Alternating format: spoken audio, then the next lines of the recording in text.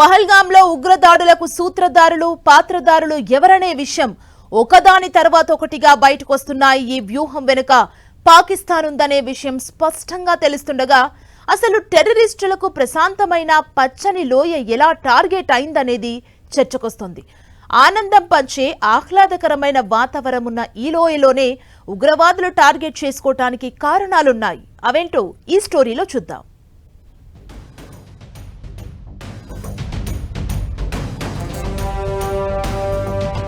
చేసింది పాకిస్తానే.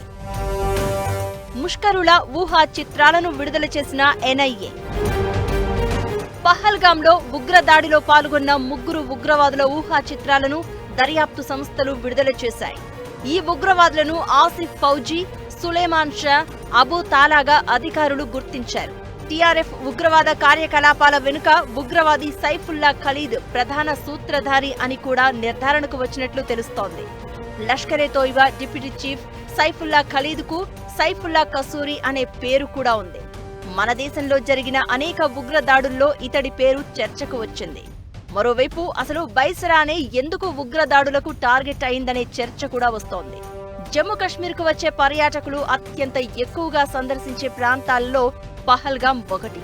పచ్చిక బయళ్లు, అందమైన సరస్సులతో ఆహ్లాదకరంగా ఉండే ప్రాంతం కావడంతో ఇక్కడికి పెద్ద సంఖ్యలో దేశ విదేశీ పర్యాటకులు వస్తూ ఉంటారు. ఈ ప్రదేశం స్విస్లోని నేచర్తో పోటీ పడుతుంది కాబట్టే స్విట్జర్లాండ్ ఆఫ్ ఇండియాగా పిలుస్తూ ఉంటారు.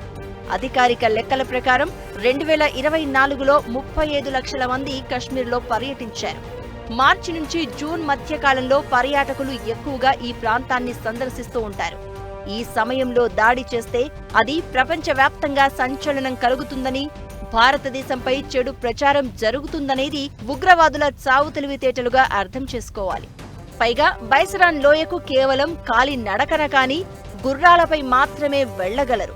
చుట్టుప్రక్కల కనీసం 5 కిలోమీటర్ల వరకు ఎలాంటి భద్రతా ఏర్పాట్లు పెద్దగా ఉండవు. ప్రకృతి రమణీయత చెడిపోకుండా ఉండాలంటే ఈ ప్రాంతం హడావుడికి దూరంగా ఉండాల్సిందే. అందుకే ఉగ్రవాదులు దాడి చేసిన విషయం కూడా బాహ్య ప్రపంచానికి వెంటనే తెలియరాలేదు. పైగా భద్రతా దళాలు వెళ్లేందుకు కూడా సమయం పట్టింది. ఈ ఉగ్రదాడి తర్వాత ఇక ప్రతి పర్యాటక ప్రాంతంలో ఖచ్చితంగా ఏర్పాట్లను సమీక్షించాల్సిన అవసరం ఏర్పడింది.